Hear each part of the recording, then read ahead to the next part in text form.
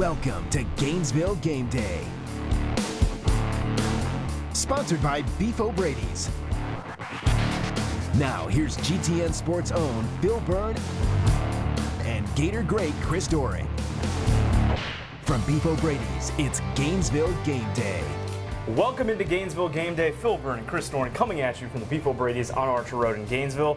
Chris, are you still grinning from ear to ear after last week's win over Georgia? What a fantastic win for this program a week ago. Yeah, a much-needed win, obviously, personally to Will Muschamp to kind of get that monkey off his back, as he alluded to in his press conference, to get some pressure off this team in general, to create some positive vibes around the program.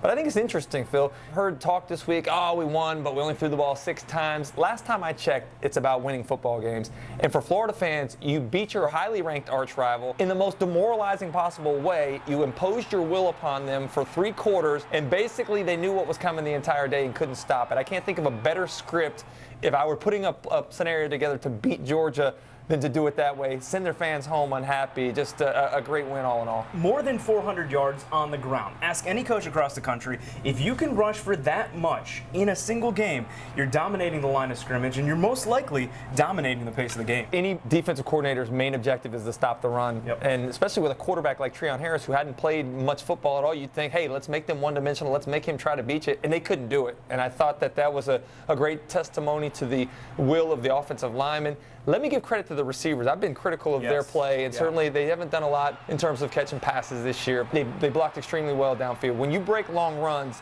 it has a lot to do with those guys blocking in the secondary, giving some guys a chance once they get into the second level. Credit to everybody across the board. On that McNeely fake field goal play, listen, fantastic story all around, but he doesn't get to the end zone without the blocking from the tight end. So you're spot on with that. Well, it is just a team effort. That's the thing I love about football. It takes 11 guys doing their job, and if one guy breaks down, the entire play has a likelihood of breaking down. I thought Florida was clean, very few mistakes, and really played with a sense of urgency that I haven't seen them play with before. You could tell these guys really care a lot about Will Muschamp, and they stepped up and demonstrated that on the field. Well, that was last week. Let's find out what other games are coming your way this week. The starting lineup, sponsored by Murray Automotive Group. There's no waiting around today for some intriguing matchups within the SEC.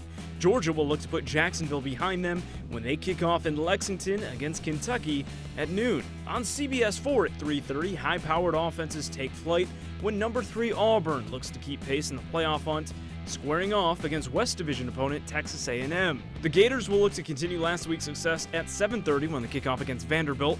UF will be looking for revenge after Vanderbilt ruined homecoming a season ago. Outside the SEC, the best game on tap is between Kansas State and TCU. The winner of this game could factor into the playoff chase, and the loser will be out.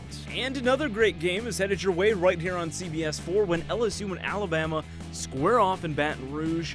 LSU's picked up steam since taking down UF in the Swamp a few weeks back. Well, we saw Georgia at their worst a week ago, and they play Kentucky at noon today. This is a dangerous game for Georgia, how quickly things can change. This is a game that you have to get over very, very quickly. Let's think back to a week ago. They had thoughts of winning the East. They were in full control there, seemingly. They had thoughts of sneaking into the Final Four. That has to change now. You have to refocus. Now they've been exposed. You know, everybody's looking at this tape, seeing how susceptible they are to the run. They've got to get back to basics with that, but they also got to be questioning themselves as well. Defensively, a very difficult game for them. If you look at their schedule, Kentucky certainly can run the ball pretty decently, but after that, besides the Charleston Southern game, they've got Auburn and they've got Georgia Tech, 2 teams that can run the ball really well. This is a game that if they don't win, they may find themselves in trouble as they head through the last couple games of the season. More Gainesville Game Day after this. Visit GainesvilleGameday.com.